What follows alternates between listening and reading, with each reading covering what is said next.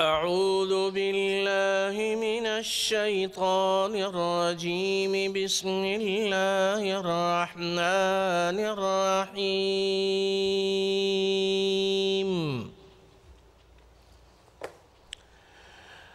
الذين يقولون ربنا إننا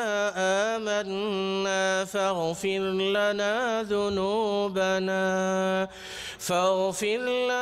ذنوبنا وقنا عذاب النار الصابرين والصادقين والقانتين والمنفقين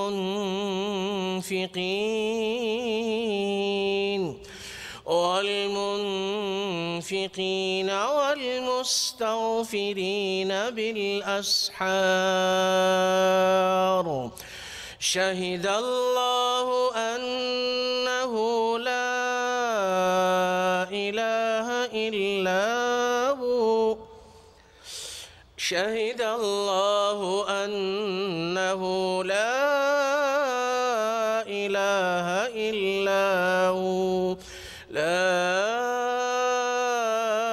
إله إلا هو لا إله إلا هو والملائكة وأولو العلم قائما بالقسط لا إله إلا هو العزيز الحكيم لا إله إلا هو لا إله إلا هو العزيز الحكيم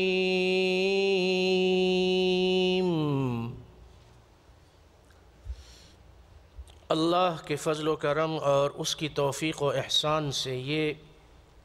لا الہ الا اللہ محمد الرسول اللہ صلی اللہ علیہ وسلم اور لا الہ الا اللہ لا الہ الا اللہ اور لا الہ الا انت لا الہ الا ہوا، یہ وہ توحید خالص والے جملے ہیں جن کی نسبت لا الہ الا اللہ کے ساتھ متصل ہے۔ ہم اپنے ان دروس میں جو بہت عرصہ قبل شروع ہوئے تھے لا الہ الا اللہ کی افادیت، اور ہم نے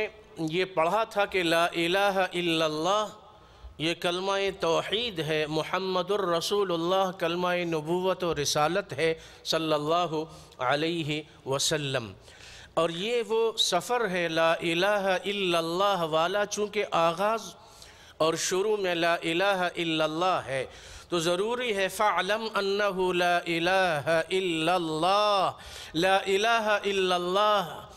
کا علم جاننا ضروری ہے کہ لا الہ الا اللہ کے تقاضے کیا ہیں، اور لا الہ الا اللہ پڑھنے کے بعد اس کلمہ گو مسلمان پر کیا کچھ ذمہ داریاں عائد ہوتی ہیں۔ 19 رجب ہے آج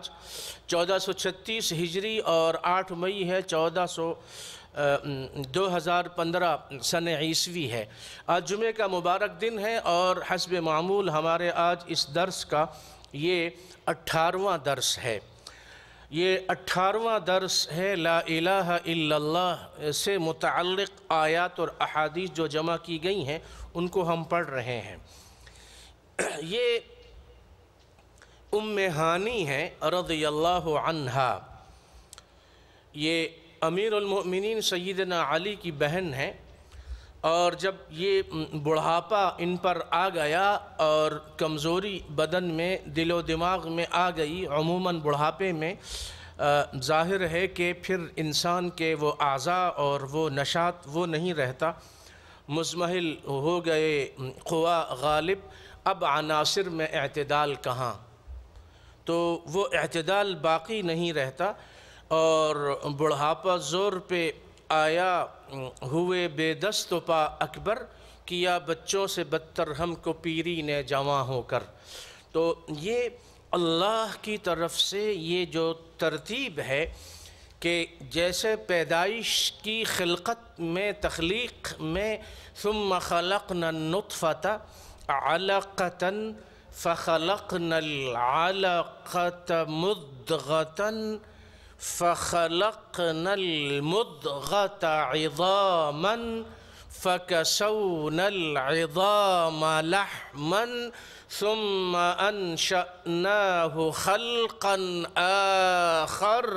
فتبارك الله أحسن الخالقين۔ یہ وہ ترتیب ہے کہ عالم ارواح میں اللہ نے روحوں کو پیدا کیا، اور پھر ان تمام روحوں سے اللہ نے یہ وعدہ لیا، وعدہ الست بربکم، سورہ اعراف میں ہے نا، الست بربکم، کیا میں تمہارا رب نہیں ہوں؟ قالوا بلا، سبھی نے وہاں یہ کہا تھا کہ بالکل آپ ہی ہمارے رب ہیں۔ تو عالم ارواح والے اس وعدے کو کہتے ہیں وعدہ الست۔ وہاں سبھی نے یہ کہا، یک زباں ہو کے کہا کہ آپ ہی ہمارے رب ہیں، آپ ہی معبود حقیقی ہیں۔ گویا کہ دوسرے معنی میں لا الہ الا اللہ کا اقرار تو وہیں ہو گیا تھا، لا الہ الا اللہ کا جو توحید خالص والا اقرار ہے یہ تو وہاں ہو گیا تھا۔ بعد میں اللہ کا حکم جب ہوا، انسان کی تخلیق ہوئی شکم مادر میں، جہاں اللہ یہ فرماتا ہے کہ یخلقکم فی بطون امہاتکم خلقا من بعد خلق فی ظلمات ثلاث، وہ وہی ہے سبحانہ وتعالی جو ماؤں کے پیٹ میں تم کو 3 اندھیروں میں پالتا ہے۔ تو اور صرف انسان کو نہیں، ہر مخلوق کو پالتا ہے۔ بیج جب مٹی کے نیچے بویا اور دبایا جاتا ہے تو پالتا ہے بیج کو مٹی کی تاریکی میں کون؟ علامہ نے کہا تھا۔ تو اللہ وہ خالق ہے، سبح اسم ربک الاعلی الذی خلق فسوى والذی قدر فہدی۔ اب چڑیا چونچ میں چیزیں لا کے اپنے بچوں کو جب دیتی ہے، اور مچھلیوں کے بچے پانی میں جب تیرنا سیکھتے ہیں، پرندے فضاؤں میں ہواؤں میں اڑتے ہیں، یہ کون سا ٹریننگ سینٹرز ان کے لیے کھلا ہوا، یا کوچنگ سینٹرز یا ٹیوشن سینٹرز تھا جس میں ان کو تربیت دی گئی؟ قدر فہدا، جس نے پیدا کیا اسی سبحانہ وتعالی نے ان کے فہم میں، ادراک میں، دماغ میں، دل میں یہ بات ڈال دی کہ اب تم نے یوں کرنا ہے اور اب تم نے یوں کرنا ہے۔ تو لا الہ الا اللہ وہ معبود برحق، جس کے معبود برحق ہونے کا اقرار تمام انسانی روحوں نے عالم ارواح میں کر لیا تھا۔ یہ الگ بات ہے کہ دنیا کی زندگی میں آ کر پھر بہت سارے وہ ہیں جو یہودی بن جاتے ہیں، نصرانی بن جاتے ہیں، مجوسی بن جاتے ہیں، اور بہت سارے وہ بھی ہیں وَمَا يُؤْمِنُ أَكْثَرُهُمْ بِاللَّهِ إِلَّا وَهُمْ مُشْرِكُونَ۔ بہت ساری اکثریت ایسے لوگوں کی بھی ہے جو ایمان کا دعویٰ کرتے ہیں، جو ایمان کا دعویٰ کرتے ہیں لیکن اس کے ساتھ ساتھ وہ شرک بھی کرتے ہیں۔ اور اس وقت جو امت میں کثرت سے شرک کا طوفان بدتمیزی رواں دواں ہے، قبروں پہ اور مزاروں پہ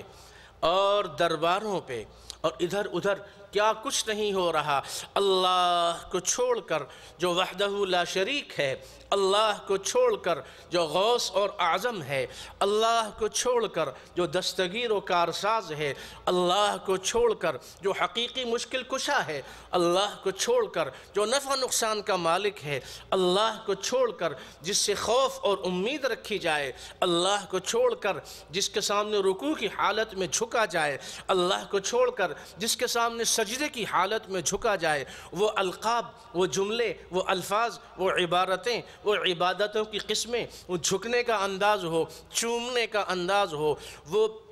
بچھ جانے کا انداز ہو، جو صرف اللہ سبحانہ و تعالی کا حق تھا، لا الہ الا اللہ کا یہی مطالبہ ہے، وہ مخلوق کو دے دیا گیا۔ لا الہ الا اللہ کا جو حق تھا، معبود برحق کے لیے خاص تھا، وہ مخلوق کو دے دیا گیا۔ اللہ سبحانہ و تعالی کی ذات میں شرک، اللہ سبحانہ و تعالی کی صفات میں شرک، اللہ سبحانہ و تعالی کے حقوق مخلوق کو دے دینا، یہ شرک کی قسمیں ہیں۔ پھر شیطان نے جب ایک اور حملہ کیا تو وہ یہ کہ ریاکاری والے دروازے سے داخل ہوا۔ اب وہ لوگ جو دین کا کام کریں اور جو پڑھنے پڑھانے کا کام کریں اور جو جہاد کا کام کریں اور جو دوسری نیکیوں کو اپنائیں، وہ انفرادی نیکی ہو، وہ اجتماعی نیکی ہو، وہ چھوٹی نیکی ہو، وہ بڑی نیکی ہو، توحید سے تعلق ہو، سنت سے تعلق ہو، فرائض اور واجبات سے تعلق ہو، اس میں شیطان اپنی مداخلت یوں کرتا ہے کہ ریاکاری اور دکھاوے کی طرف لے جاتا ہے۔ اب یہ دوسرا حملہ ہے، وہ شدید حملہ تھا، یہ اس سے شدید تر ہے۔ وہ حملہ عیاں تھا کہ کھلا شرک ہو رہا ہے، کھلا شرک ہو رہا ہے، وہ عیاں تھا۔ یہ شرک چھپا ہوا ہے، یہ من کے اندر ہے، دل کے اندر ہے، بظاہر بڑی دینداری اور بظاہر بہت رونا دھونا اور بظاہر رقت طاری ہو جانا اور بظاہر خوب بولنا اور کہنا اور بظاہر محفلوں کو لوٹ لینا، لیکن اندر جو دل میں ہے وہ تو دلوں کے بھید جاننے والا جانتا ہے کہ یہاں کتنے بڑے بڑے ایسے دروازے ہیں اور کتنی بڑی بڑی ایسی کھاٹیاں ہیں جہاں نام و نمود سج دج کے بیٹھی ہے، جہاں شہرت کہ تم متمنی ہو۔ اور اسی لیے وہ حدیث ذہن میں لے آئیے جو ہر محدث نے اپنی کتاب میں نقل کی ہے کہ قیامت کے دن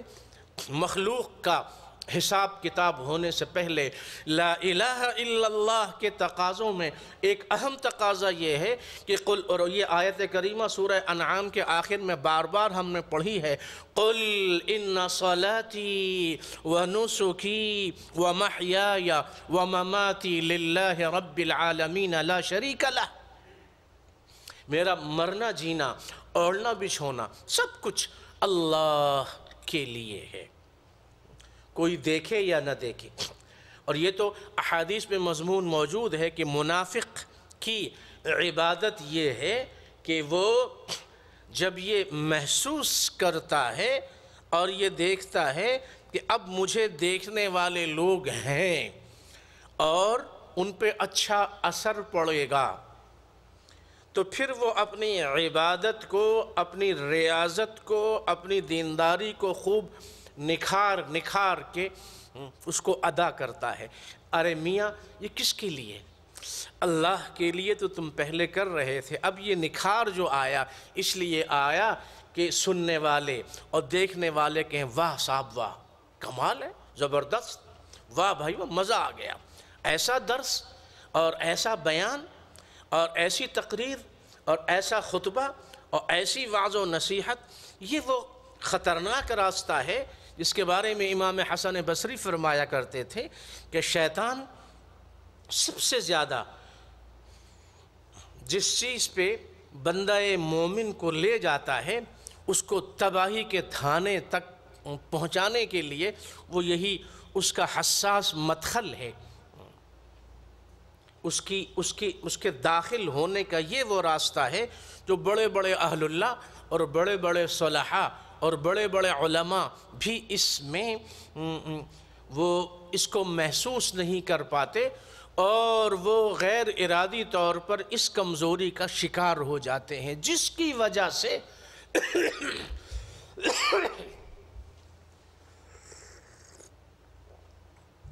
نیکیاں بالکل رائیگاں چلی جاتی ہیں۔ تو قیامت کے دن مخلوق کا حساب کتاب شروع ہونے سے پہلے 3 آدمیوں کو بلایا جائے گا۔ یہ تقریباً سنن اور حدیث کی ہر کتاب میں یہ حدیث موجود ہے، اور بعض محدثین نے اس حدیث کی اہمیت کی وجہ سے اس حدیث کو اپنی کتاب میں مختلف ابواب میں شامل کیا ہے۔ وہ یہ چاہتے تھے کہ اس کتاب کا پڑھنے والا اس حدیث کو بار بار پڑھے،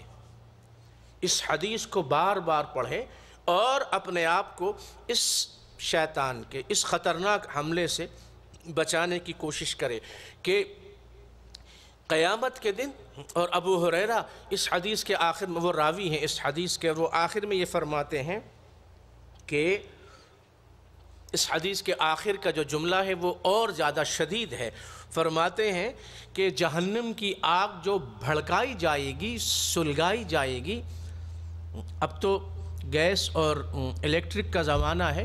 جب وہ لکڑی پہ چولہے جلا کرتے تھے اور ماچس دیا سلائی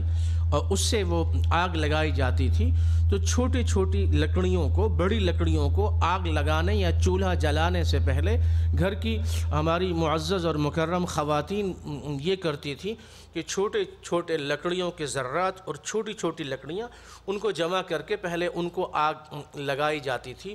اس سے ان چھوٹے چھوٹوں جو جملے یا ٹکڑے ہوتے تھے ان سے وہ آگ سلگتی تھی اور بھڑکتی تھی اور وہ جل اٹھتی تھی۔ تو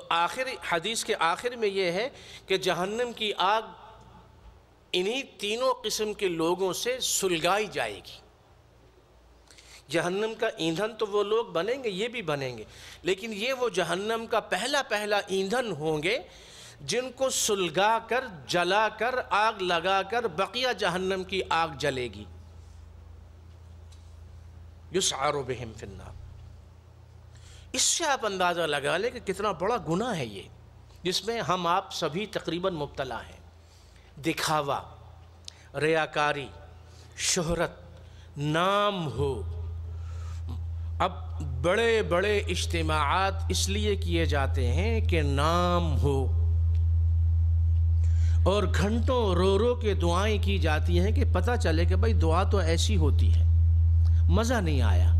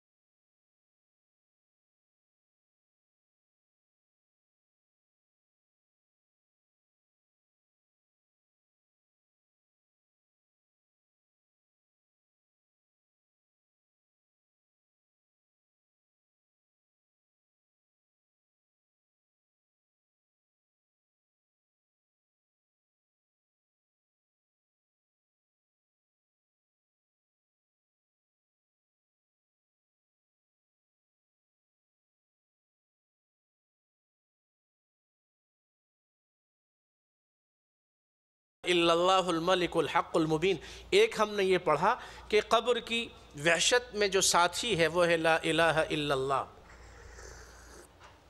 اور لا الہ الا اللہ الملک الحق المبین، رزق کی کثرت، اور ایسی نیکی، کیسی نیکی جس کے بارے میں ہم تم نے کبھی سوچا بھی نہیں۔ جنت کا دروازہ کھٹکھٹانا، اول من یفتح له باب الجنہ، آقا صلی اللہ علیہ وسلم نے فرمایا انا سید ولد آدم، میں آدم کی جتنی اولاد ہے سب کا سید، سردار، قائد، پیشوا میں ہوں۔ درود شریف پڑھ لیجئے، اللہم صلی وسلم وبارک علی سیدنا محمد وعلی آلہ واصحابہ۔ سب کا میں پیشوا ہوں، حمد والا جھنڈا میرے ہاتھ میں ہوگا، اور میرے حکم اور میرے تابع سب کا حشر ہوگا۔ اور جو اللہ نے اور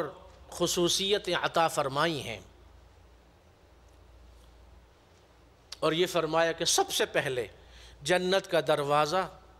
میرے لیے کھلے گا۔ لا الہ الا اللہ الملک الحق المبین کے بارے میں ہم نے گزشتہ درس میں پڑھا تھا۔ امام حسن بصری رحمۃ اللہ علیہ انگوٹھی بنوانا چاہتے تھے، اور اس شش و پنج میں تھے، پوچھ رہے تھے کہ بھائی بتاؤ میں انگوٹھی پہ کیا لکھواؤں، لا الہ الا اللہ لکھواؤں، توکلت علی اللہ لکھواؤں، کیا؟ تو بہت دن اس میں گزرے تو فرماتے ہیں کہ خواب میں ان کو عیسیٰ علیہ السلام کی زیارت ہوئی، انہوں نے یہ فرمایا کہ اپنی انگوٹھی پہ لکھواؤ لا الہ الا اللہ الملک الحق المبین۔ عیسیٰ علیہ السلام نے فرمایا تو امام نے اپنی انگوٹھی پر لکھوایا، اور عیسیٰ علیہ السلام نے یہ بھی فرمایا تھا کہ یہ وہ چیز ہے کہ تذهب عنک الغم والحزن، یہ لا الہ الا اللہ الملک الحق المبین ہر قسم کی پریشانی، غم ہم تم سے دور کر دے گی۔ اور فرمایا تھا کہ ہماری جو انجیل ہے، انجیل کا سب سے آخری جملہ یہی ہے لا الہ الا اللہ الملک الحق المبین۔ دعاؤں کی قبولیت کی برکت، جیسا کہ ہم نے پڑھا تھا کہ جس دعا کے شروع میں اور آخر میں درود شریف پڑھا جائے اس کی قبولیت میں کسی بھی قسم کا تردد اور شک نہیں ہے، یقیناً قبول ہے، یقیناً قبول ہے، یقیناً قبول ہے۔ اور یا یہ پڑھ لیا جائے لا الہ الا انت سبحانک انی کنت من الظالمین، اور یہ بھی لا الہ الا اللہ الملک الحق المبین۔ اب بات ہماری طویل ہو گئی، وقت مکمل ہو گیا۔ یہ ام ہانی جو فرما رہی ہیں، یہ آئندہ درس کی نشست میں ہم یہ پڑھیں گے۔ ہماری زندگی میں یہ ہم نے جیسے اب وہ نظم پڑھی خواجہ عزیز الحسن مجذوب رحمۃ اللہ علیہ کی کہ اب زندگی گزر گئی، زیادہ گزری کم باقی ہے، جن کی باقی ہے اور کون جانے کس کی کتنی شب و روز اور زندگی باقی ہے۔ تو شب و روز کے اس میلے میں غفلتوں کے مارے ہوئے لوگ یہ سمجھتے ہیں کہ جن کو ہم دفنا کر آ گئے صرف انہی نے مرنا تھا۔ دنیا کی رنگینیوں میں، بیوی بچوں میں، اولاد میں، تجارت میں، کاروبار میں، سیاست میں، چینلز پہ جو صبح سے شام تک یہ بولنے والے اینکرز ہیں، میں کبھی کبھی سوچتا ہوں اے اللہ میرے ان بھائیوں اور میری بیٹیوں بہنوں کو اللہ تو ان کے دل کو دین کی طرف پھیر دے مولا۔ گھنٹوں یہ چینلز پہ آ کے فضول باتیں کرتے ہیں اور ان کو یہ پتہ نہیں کہ فرشتے ایک ایک جملہ، ایک ایک حرف، ایک ایک لفظ، ایک ایک بات لکھ رہے ہیں۔ اللہ کے سامنے کیا جواب دو گے؟ یہ زبان اللہ نے دی تھی، سارا دن غیر اللہ کی باتیں، سارا دن سیاست کی تجزیہ، نگار، تبصرہ نگار۔ ارے قبر کی فکر کرو بھائیو، قبر میں کون سا تجزیہ تمہارے کام آئے گا؟ کون سے سیاسی ورکرز اور سیاسی پارٹی اور حکومت اور یہ تمہارے کام کیا آئے گا؟ اپنا عمل کام آئے گا۔ عمل بنا لو، اپنے نامہ اعمال میں نیکیوں کا ذخیرہ کر لو۔ لا الہ الا اللہ۔ اب یہ زندگی کے سفر رواں دواں ہے۔ شیطان نے ہمیں ایسے دھوکے میں ڈالا ہوا ہے کہ ہم دنیا کی رنگینیوں میں اور دنیا کے مشاغل میں ایسے مست ہیں، اس میلے میں ایسے مست ہیں، سنتے ہیں، دیکھتے بھی ہیں، لوگوں کو دفناتے ہیں، اور پھر ہم لوگ یہ سمجھتے ہیں کہ جن کو ہم دفنا کر آ گئے انہی نے مرنا تھا، ہم نے نہیں مرنا۔ لا الہ الا اللہ کا یہ بھی ایک تقاضا ہے کہ لا الہ الا اللہ کی کثرت موت کو کثرت سے یاد کرائے کہ ہم نے مرنا ہے۔ یہ لا الہ الا اللہ موت کے وقت کام آئے گا، یہ لا الہ الا اللہ قبر میں کام آئے گا۔ ابھی ہم نے حدیث پڑھی نا، انیسن فی القبر، لا الہ الا اللہ الملک الحق المبین، یا لا الہ الا اللہ یہ قبر کا ساتھی ہے، حشر کا ساتھی ہے۔ اللہ سبحانہ و تعالی ہم سب کو حقیقی معنوں میں لا الہ الا اللہ محمد الرسول اللہ صلی اللہ علیہ وسلم کے تقاضوں